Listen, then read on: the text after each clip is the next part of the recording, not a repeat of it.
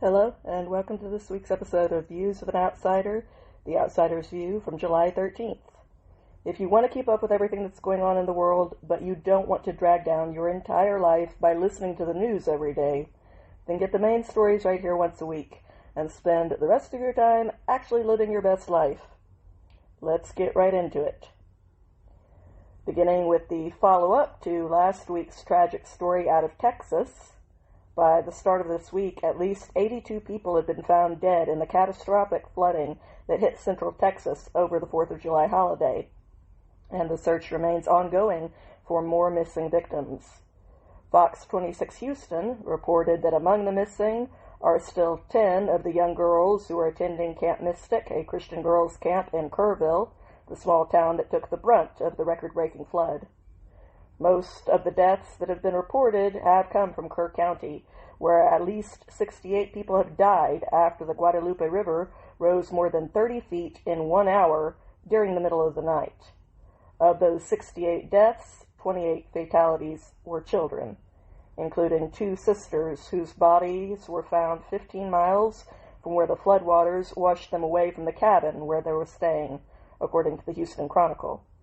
According to the girls' aunt, Jennifer Harbour, Blair and Brooke Harbour, ages 11 and 13, were found clinging to each other while holding their rosaries. Young Brooke apparently sent a final text to her family at 3:30 in the morning saying, "I love you." According to the Wall Street Journal, the girls' parents, RJ and Annie, were staying in a different cabin slightly further from the river, and when RJ woke up to floodwaters pouring into the cabin and a downpour of rain, he borrowed a kayak, a life vest, and a flashlight to help alert other sleeping families to the flooding, and then he attempted to reach his daughters. But the water was moving too rapidly, and heavy debris, which included floating vehicles and other cabins, was already piling up, and he was unable to continue. Authorities also confirmed on Sunday that the dead body of a young Camp Mystic counselor who had just graduated from high school was found.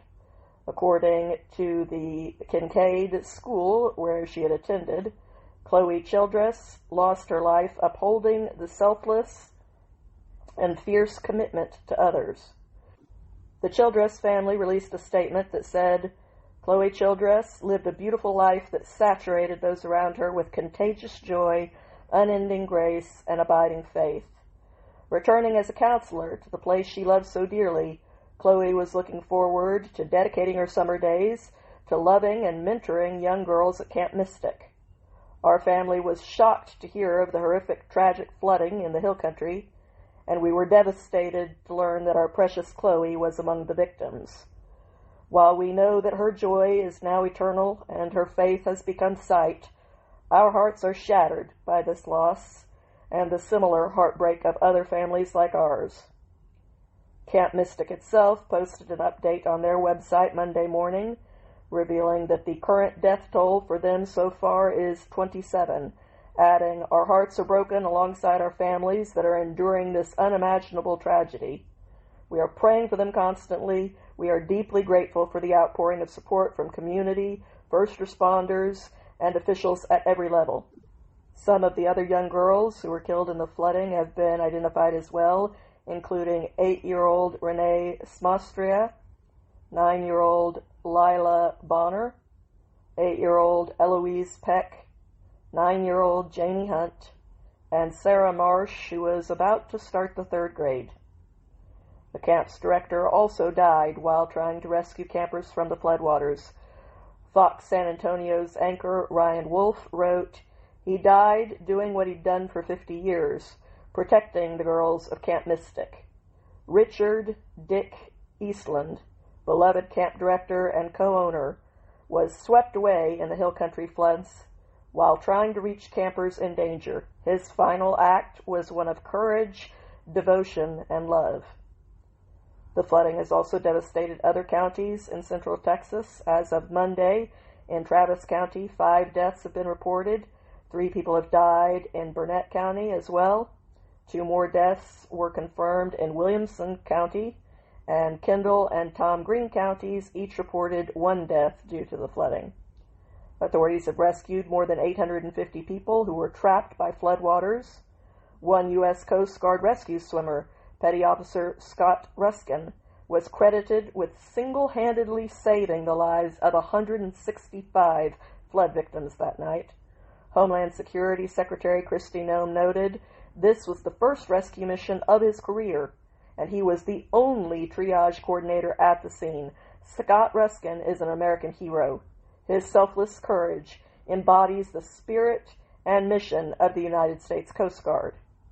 President Trump has signed a disaster declaration for Kerr County, directing federal resources to support the area's recovery. Trump also announced his plans to visit the devastated region on Friday, saying, "We wanted to leave a little time. I would have done it today, but we'd just be in the way." Later on Monday, the death toll had risen to at least 104 people, including dozens of children, and officials said that the death toll would probably continue to rise as dozens of loved ones are still reported missing. Authorities reported that 84 of those deaths happened in Kerr County, while the other 20 were in Travis, Williamson, Burnett, Tom Green, and Kendall counties, and the story continues to unfold. Meanwhile, in economic news, on Sunday, while the BRICS summit in Brazil was going on, President Trump warned that any countries that are considering aligning with the BRICS intergovernmental organization would face an additional 10% tariff from the United States with no exceptions. The BRICS group was initially founded in 2009 by Brazil, Russia, India, and China as a forum for them to discuss coordinated economic policies between themselves, similar to the G7, which includes the United States, Canada, France, Germany, Italy, Japan, and the UK. Other countries that have joined BRICS since its founding include South Africa, Egypt, Ethiopia, Indonesia, Iran, Saudi Arabia, and the United Arab Emirates. This is not the first time that Trump has taken issue with BRICS objectives. Last December, he warned the BRICS countries against developing a currency in order to challenge the American dollar, stating, "The idea that the BRICS countries are trying to move away from the dollar while we stand by and watch is over." The New York Times seemed to agree, saying, "China and Russia see BRICS as a way to challenge the United States' influence on geopolitics and decision-making, and have pushed the group to grow in size." In January, 9 countries became partner states with BRICS, which is the first step towards joining and becoming official members.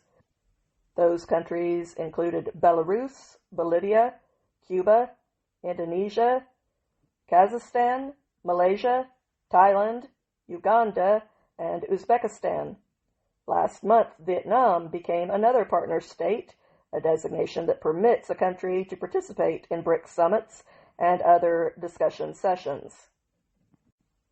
Back on the home front, in an act of promised transparency, in the hopes of restoring the severely damaged public trust in institutions, this week the Department of Justice released nearly 11 hours of footage from the hallway of the prison where the late convicted child sex offender Jeffrey Epstein died back in 2019. The footage apparently showed that nobody entered his cell that day, and that his death was, in fact, a suicide, an act that he had already attempted a short time before his death. The Department of Justice released 2 versions of the footage, a raw and an enhanced version. The enhanced version of the footage had been made by the FBI, increasing its contrast, balancing the color, and improving its sharpness for greater clarity and viewability. The memo says, anyone entering or attempting to enter the tier where Epstein's cell was located from the SHU common area would have been captured by this footage. The FBI's independent review of this footage confirmed that from the time Epstein was locked in his cell at around 10:40 p.m. on August 9, 2019, until around 6:30 a.m. the next morning, nobody entered any of the tiers in the SHU. After a thorough investigation, FBI investigators concluded that Jeffrey Epstein committed suicide in his cell at the Metropolitan Correctional Center in New York City on August 10, 2019, This conclusion is consistent with previous findings, end quote.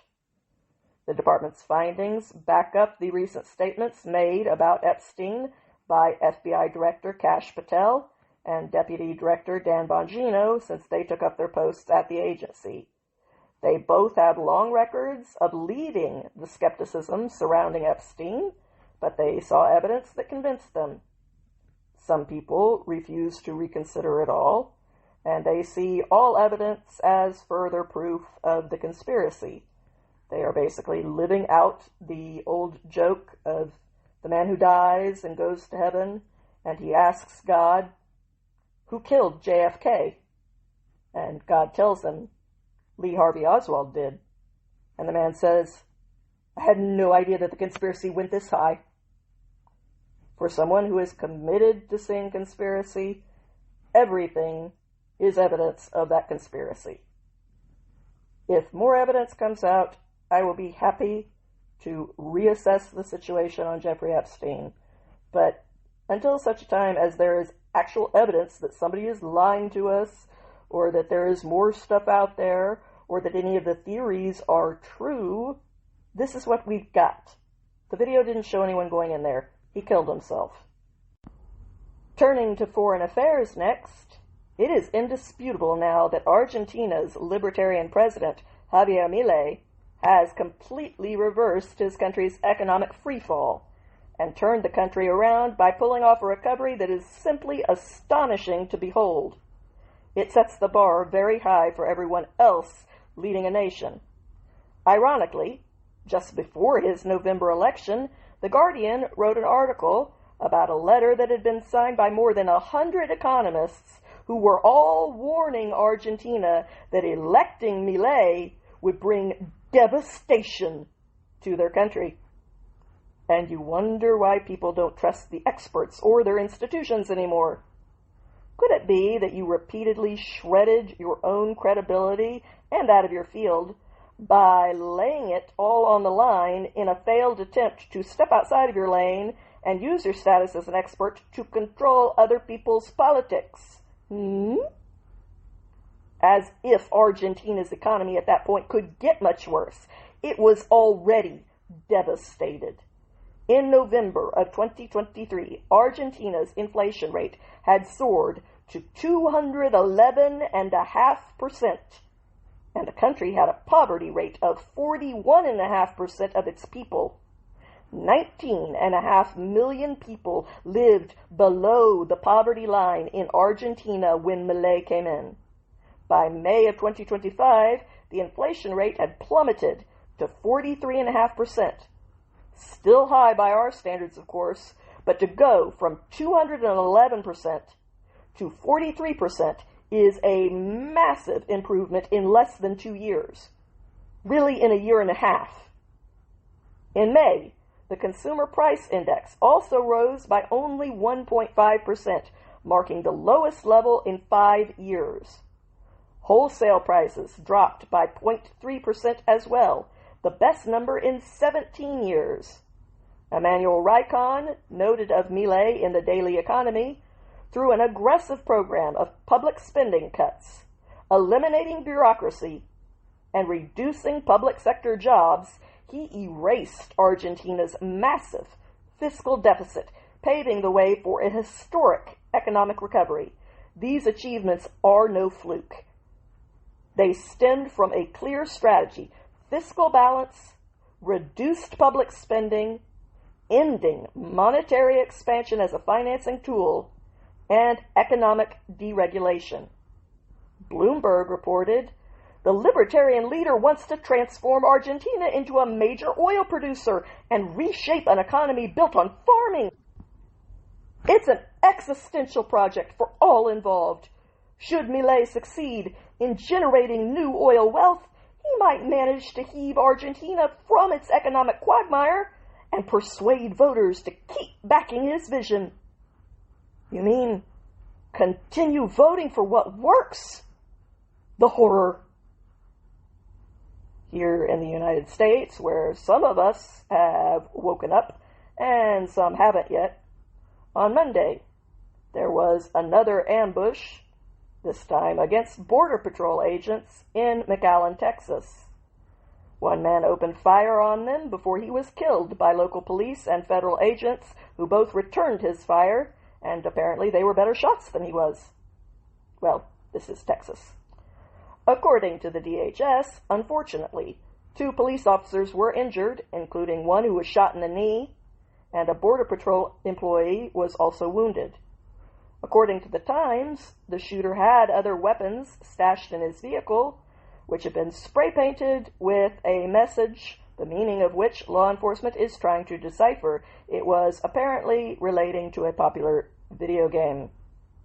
And that was not the only attack on the good guys, I'm sad to say. 11 people have been arrested for participating in what law enforcement described as a planned ambush on correction officers at an ICE detention facility in Alvarado, Texas. This happened on the 4th of July. One police officer was shot in the neck during the attack, but they are thankfully expected to survive. On Monday, the acting U.S. Attorney, Nancy Larson, reported, "We're here to tell you that late at night on July 4th, Friday night, at approximately 10:37 p.m., at the Prairieland ICE Detention Center in Alvarado, Texas, 10 to 12 individuals dressed in black military-style clothing began shooting fireworks and engaging in acts of vandalism at the facility, and this was part of an organized attack. Today, my office has charged 10 individuals with 3 counts of attempted murder of a federal officer. Each of the 10 are also charged with 3 counts of discharging a firearm in relation to a crime of violence. Each of these defendants faces a mandatory prison term of 10 years and up to life in prison. An additional co-conspirator was charged with obstruction of justice and conspiracy for attempting to conceal and destroy evidence in relation to the attack, and he faces up to 10 years in prison. Let's discuss the incident. It was a planned ambush with the intent to kill ICE corrections officers. Make no mistake, this was not a so-called peaceful protest. It was indeed an ambush. For my part, I believe they should all get the max. Every single one of them. Not just the ones who actively tried to kill, but anyone who was there with them or involved in planning this. If you join people like that, then you have to be responsible for that bad decision. That was the logic when it came to January 6th. And equality means that standards cut both ways.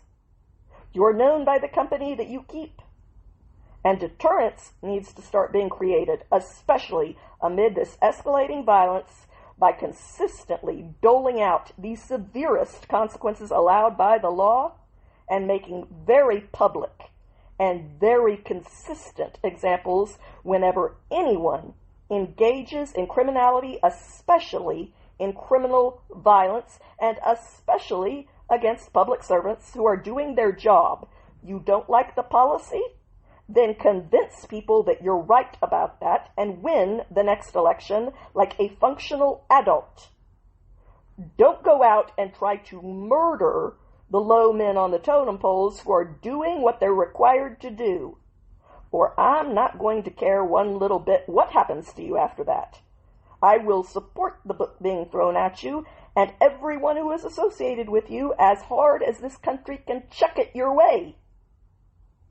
The left needs to regain its grip on sanity, and soon. And if it takes bitch slapping them in the face to accomplish that, then I guess that's where we're at. But this has to stop.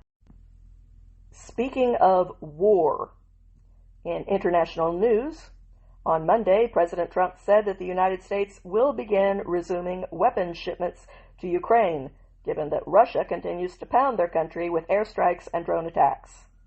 Pentagon spokesman Sean Purnell told the Wall Street Journal that per Trump's orders, the Department of Defense is sending additional defensive weapons to Ukraine to ensure the Ukrainians can defend themselves while we work to secure a lasting peace and ensure the killing stops.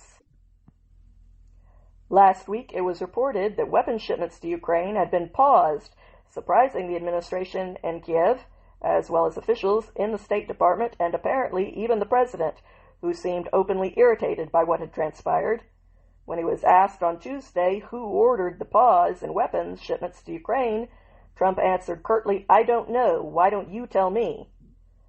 For months, the United States has been participating in negotiations with Ukraine and with Russia in the hope of reaching a peace deal, but to no avail. While Ukraine has agreed to every request that the United States has made of them, Putin clearly has no interest in peace if further conquest might be on the table for him. Trump spoke to the Ukrainian President Vladimir Zelensky this week in a conversation that Zelensky called their most productive to date. He added, "We discussed air defense issues, and I'm grateful for the willingness to help. The Patriot system is precisely the key to protection against ballistic threats." According to the Wall Street Journal, Trump also spoke to Russia's President, Vladimir Putin, by phone last Thursday, and he pushed him to end the war with Ukraine, a request that Putin refused, according to the Kremlin. Trump said he was very disappointed after the call and said they didn't make any progress on the peace deal. And shortly after the phone call between Trump and Putin, Russia launched its largest drone and missile attack on Ukraine since the start of the war. Within our own borders, we continue to receive updates on our own variation of tragedy. On Tuesday, the governor of Texas, Greg Abbott, provided another tragic update on the catastrophic floods by reporting that 161 people remain missing in Kerr County, while another 12 people are still missing in other parts of the state. The death toll from the flooding across the state reached 109 on Monday, including dozens of children. Abbott added, "To put this into perspective, there are far more fatalities than there were in Hurricane Harvey. That's how catastrophic this is. Know this, we will not stop until every missing person is accounted for. Know this also.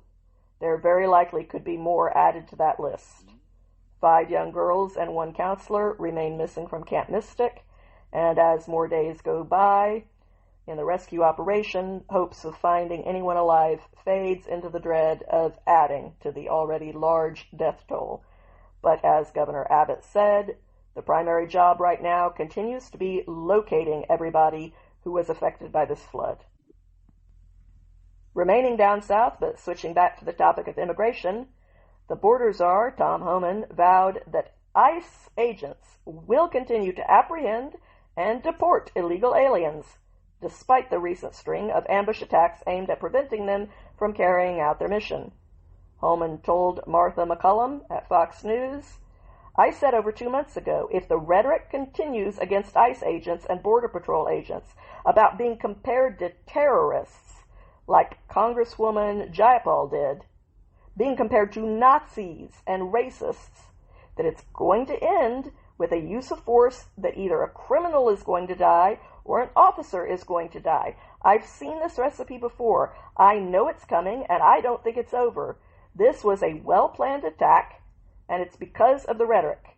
These nuts that want to take it beyond protests into criminal activity, they're getting rhetoric from members of Congress, senators, who compare ICE to the Nazis, and Congresswoman Jayapal compared them to terrorist organizations. So these people, these fringe groups, feel emboldened. If a member of Congress can attack ICE, why can't we?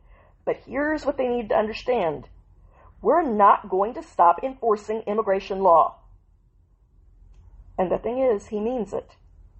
So you can choose to throw your one and only life away and permanently flush it right down the toilet for nothing, and rot in jail until the day you die, a place where you'll learn the meaning of words like cavity search, and those will be the only experiences that you get to have in this life, and then you'll be gone, and you'll have missed out on everything else in this world, and you won't get a second chance. There is no do-over, and it will all have been for nothing anyway, 'cause the wheel will keep turning without you. He really isn't going to stop. The law isn't going to stop even if he did. Try to change the law if you want to, but running into a brick wall until you break your own neck is idiotic. So if you want to throw your life away for absolutely nothing, that's on you. But that would be the stupidest thing that I ever heard of doing. And all it will actually accomplish is that less people will end up voting for you the next time around, because that's what always happens to the party that engages in political violence. So once again, get a grip.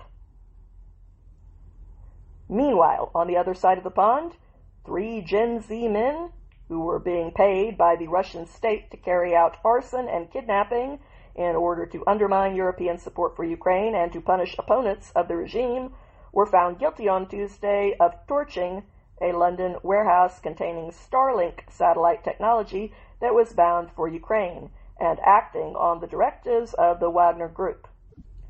According to British authorities, as reported by the New York Times, the Wagner Group began as a state-funded private military company, but has been under the control of Russian state agencies and intelligence services since a failed 2023 coup. 23-year-old Hakim Rose, 20-year-old Ungias Asmina, and 23-year-old Nai Minsa were convicted of aggravated arson with intent to endanger life. The getaway driver, 61-year-old Paul English, was acquitted due to his lack of foreknowledge. Another man was convicted for knowing about the terrorist acts and failing to report them, and yet another was acquitted on the same charge. The 2 ringleaders, 21-year-old Dylan Earl and 23-year-old Jake Reeves, had already pled guilty to the aggravated arson and to violating the National Security Act. Both men also have a history of dealing drugs. Earl apparently admitted to his role in the plot to kidnap Russian billionaire expat Yevgeny Chekvarkin and planning to burn his Michelin star restaurant to the ground. Chekvarkin has been a vocal opponent of Putin. Earl had also expressed strong allegiance to the Russian cause, so much so that it prompted his handler to call him, quote, "our dagger in Europe. We will be sharpening you carefully." Earl exchanged hundreds of messages with his Wagner contact named Privet Bot over Telegram. The contact encouraged him to recruit, quote, "soccer hooligans, Irish Republican militants, and high-profile criminal groups," according to Reuters. The arson caused more than $1.3 million worth of damage. The perpetrators also live-streamed their arson in typical Gen Z fashion. The men's handler refused to pay them for the Starlink attack, however, claiming that they rushed into burning these warehouses without my approval, but he promised them $6,800 for other warehouses in East London. I mean, even prostitutes know to get the money up front, so what does that make you boys? The British government has been cracking down on Russian foreign intelligence since the poisoning and attempted assassination of Sergei Skripal and his daughter in 2018. Sergei was a Russian double agent who was working for the UK. Commander Dominic Murphy, who is the head of London Police's Counter-Terrorism Command, stated, "We made the UK a hostile operating environment for those governments, but as a result, they've diversified and are now contacting relatively young people to act on their behalf as proxies in doing their activity. Just last month in the UK, 6 Bulgarians were convicted of spying for Russia, and the Associated Press has noted an increase in Russian attacks across European countries since the start of the Ukraine war. The Crown Prosecution Services said that the convictions will send a very clear message that this type of offending will not be tolerated on UK soil."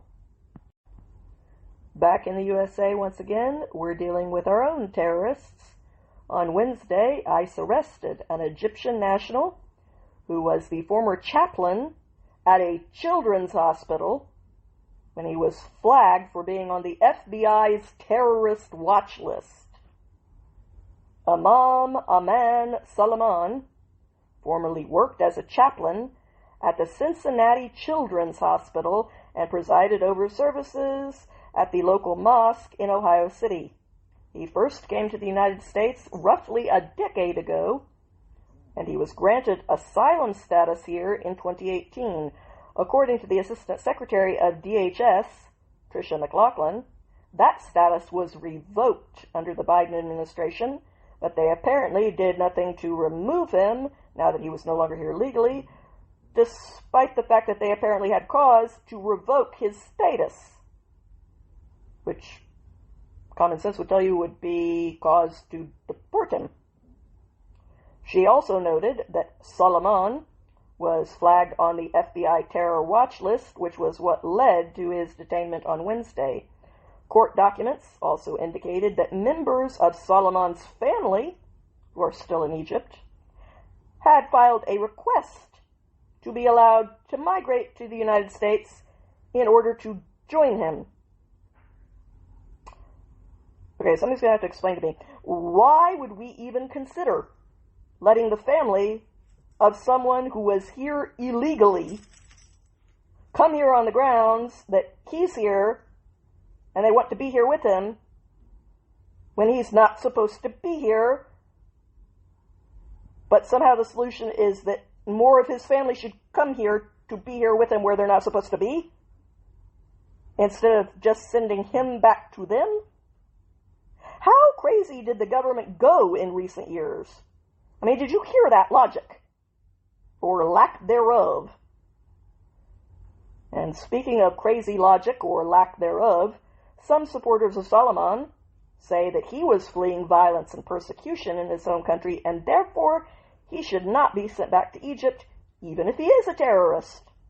Because that's apparently our job in life now, to make the worst people all over the world our problem. Even if Solomon's claims turn out to be credible. And that's a big if. And I still don't see why that would be our problem, given that he's on a terrorist watch list. The recent Supreme Court ruling enables deportations of people like him to a willing third-party country that isn't going to persecute him, where he'll be fine. Not everyone has to stay here. There are other countries in the world outside of the United States. Lots of them, in fact. So you're out of excuses why the terrorist, who has been in our country illegally for years and years, should stay here forever and ever and ever. The Trump administration has deported several illegal aliens to South Sudan, who could not be returned to their home countries after that African nation agreed to receive them from the United States. The deportation operation was challenged in court, but the Supreme Court ruled in favor of the Trump administration. That ruling is now expected to enable the deportation of thousands of illegal aliens whose home countries are unwilling to accept them back, or of people who have credible fears of persecution if they were to be returned to their nation of origin. But once again, we aren't the only country in the world who can take them. And the ones that we do take in need to be the people who respect us enough to come here legally and are grateful to be here, not coming to stir up trouble, and willing to assimilate like all of our ancestors did. But immigration issues aren't the only problem lurking on the other side of the border. According to Morning Wire, there is apparently a flesh-eating maggot that has appeared in Mexico, and there are outbreaks within 700 miles of the southern border of the United States. The situation is causing fears to spike over the potential devastation to U.S. cattle and to our other livestock.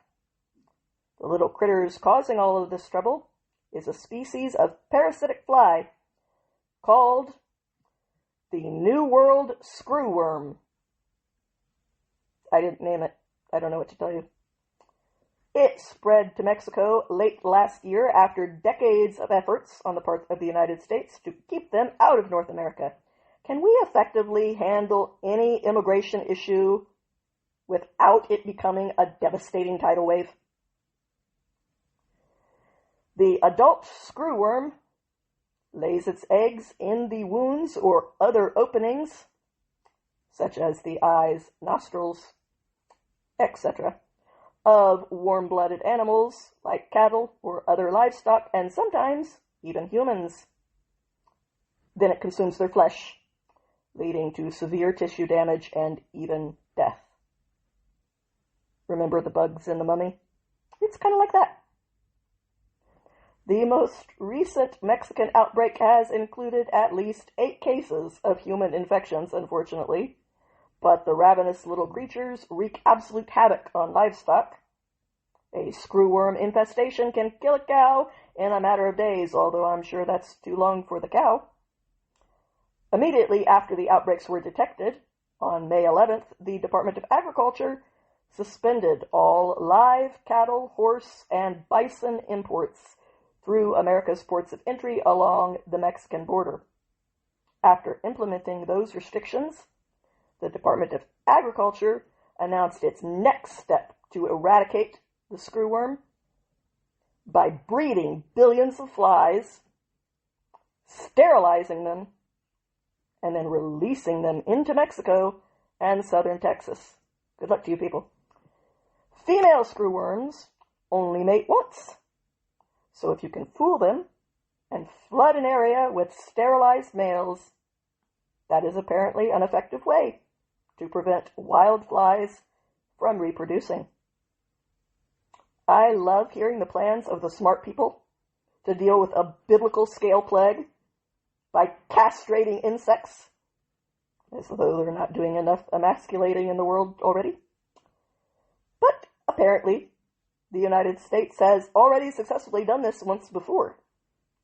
The New World screwworm used to have a historic range that extended into much of North America before it was systematically eradicated decades ago.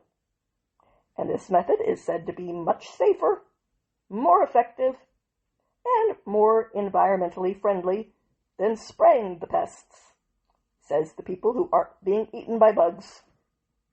I'm trying to be serious about this story.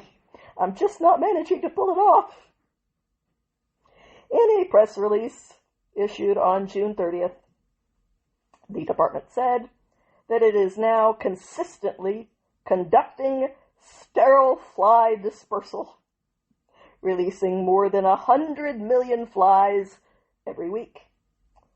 They also have teams working with Mexico to observe the phenomenon, and they say that they've not seen a notable increase in reported screwworm cases in Mexico, nor any northward movement of the pests over the past 8 weeks.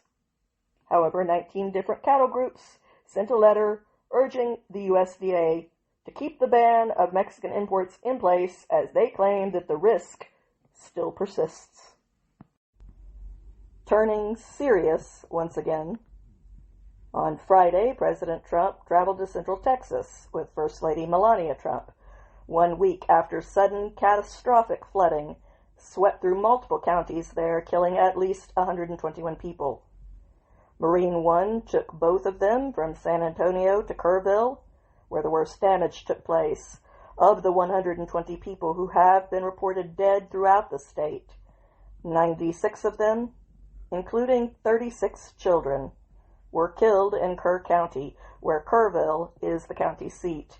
More than 170 people are still missing in the region, and search teams continue to comb through the devastated area.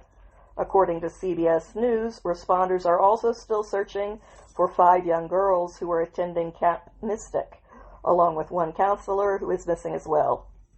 Once in Kerrville, the President and the First Lady met with the victims' families and spent some personal time with them, hearing their stories of loss and grief.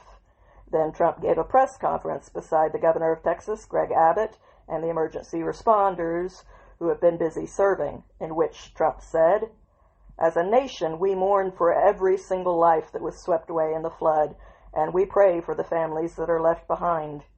It's amazing, the incredible spirit from those families. I don't even know how they do it." Trump also praised the first responders who have saved hundreds of lives during this flood. The National Weather Service employee organization, which represents National Weather Service employees, also had something to say, pushing back against the allegations that Trump's staffing cuts hindered their service's ability to issue timely warnings. Tom Fay, the president of the National Weather Service Employee Organization, publicly stated that the weather forecasting offices had adequate staffing and resources as they issued timely forecasts and warnings leading up to the storm. And all of the evidence backs those claims. The problem wasn't related in any way to understaffing of any kind. The problem was entirely the rapid speed of the flood. And despite that, warnings absolutely went out in time. But because all of this happened in the middle of the night, most people, unfortunately, remained completely unaware of the danger. The warnings were there. They were just tragically missed. And no one is at fault for the time of night that the flood took place. As the National Weather Service themselves confirmed in a statement to ABC News, saying, flash flood warnings were issued on the night of July 3rd and in the early morning of July 4th, giving preliminary lead times of more than 3 hours before warning criteria were met. So, when you still continue to push bogus stories, even after mountains of evidence have been made public, all of which contradicts you, that is now just standing on the graves of all the people who died in this tragedy in order to push your own highly partisan politics. And that is a very bad look for anyone. So I would sincerely suggest that you stop now for your own sakes. Because the only person who is coming off really bad when these kinds of arguments are made is you. It makes you look shameless and heartless to use dead children for dirty politics before many of them have been decently buried. Your conscience needs a tune-up, to say the very least. So you might want to take care of that. In other narratives that backfired as the whole story came out, on Thursday, leftist politicians and activists went completely berserk because the Trump administration targeted a couple of cannabis farms in Southern California by claiming, and I kid you not, that the operation, which merely enforced the law of the land, was ripping workers away from critical American supply chains. Okay. A, pot is not critical by any stretch of the imagination. And B, this one raid isn't going to disrupt anything for those of you who actually think that you won't survive without weed.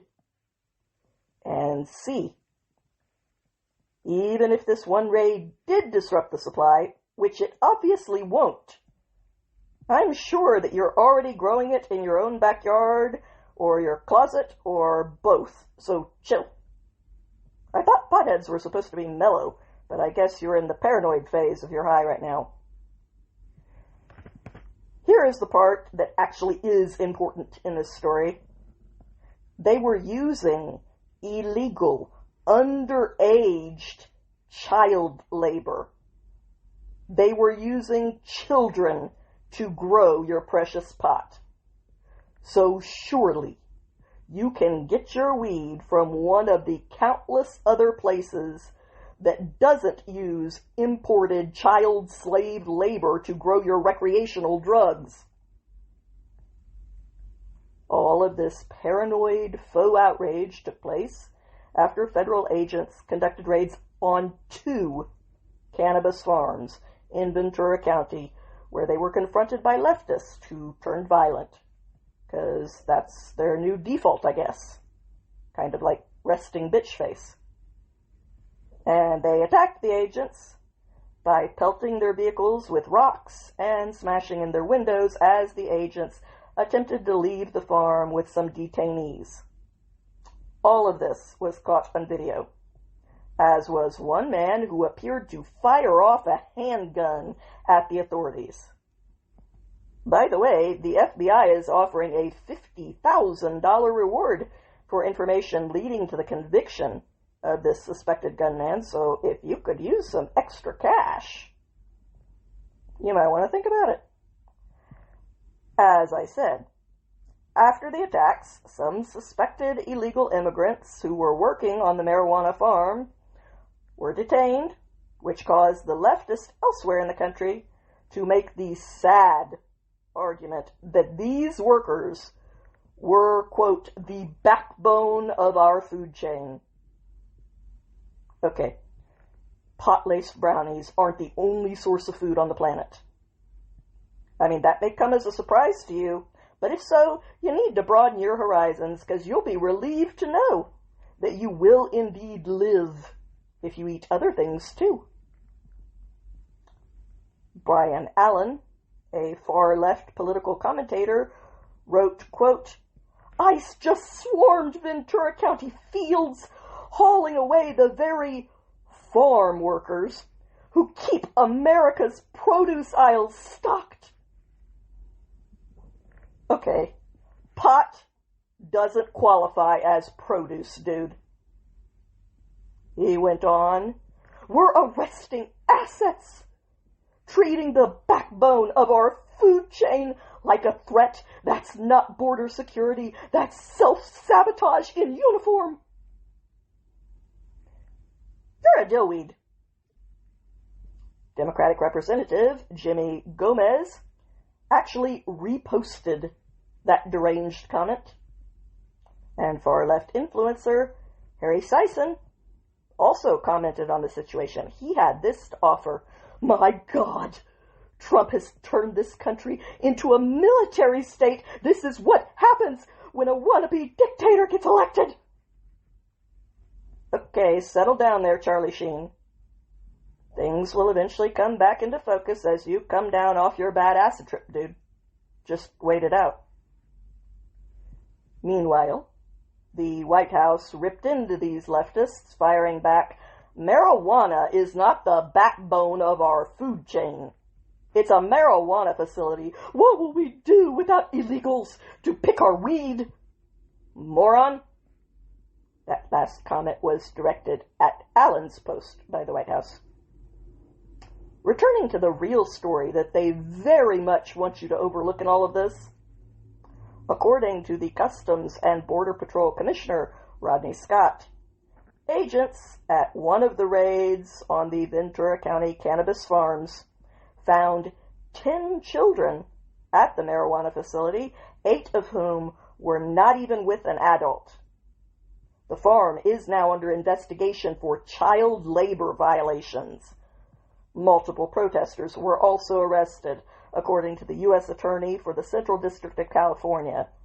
And following this persistent string of violent, illegal attacks on officers, President Trump took the leash off of ICE and Border Patrol.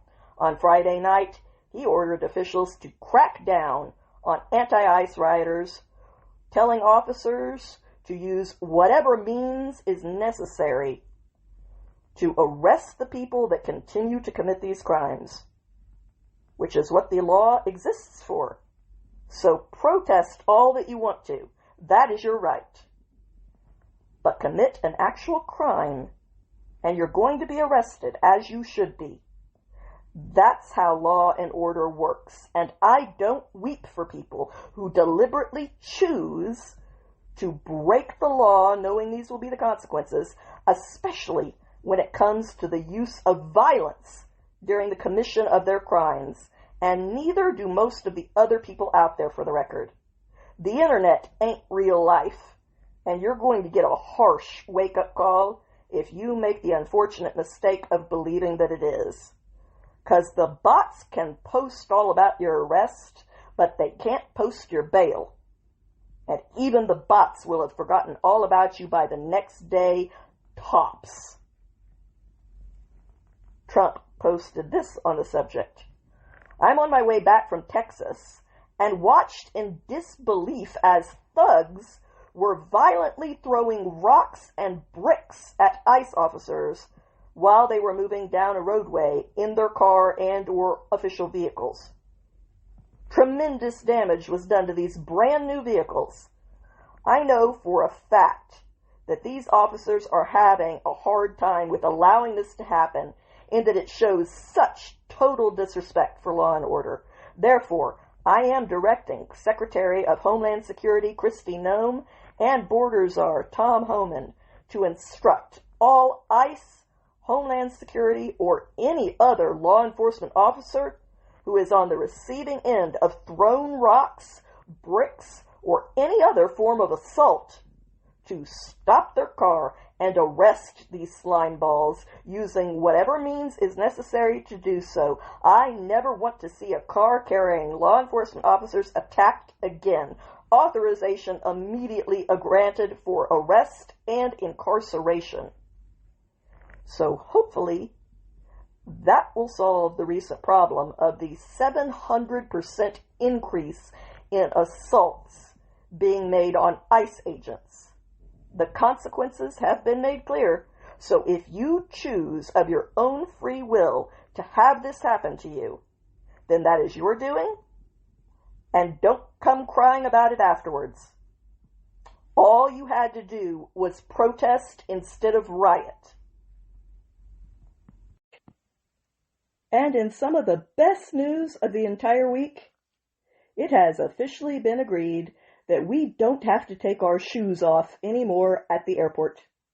3 cheers for that. You probably recall that this rule was imposed when Richard Reeves, the shoe bomber terrorist, attempted to blow up an American flight 3 months after 9/11 happened. And now that all of us have paid for one person's failed attempt for nearly a quarter of a century, despite our drastically improved technology that long ago made all of this completely unnecessary, now we can finally put all of that behind us for good, and I'm all for that. Well, that is it for me this week. Thank you for listening to today's episode. I hope that you'd enjoyed it. If you did, please help me to build this podcast into a success by clicking the like and follow buttons, because that's what does the trick in making these things successful. And I hope that you come back again next week. Until then, have a good week, my friends.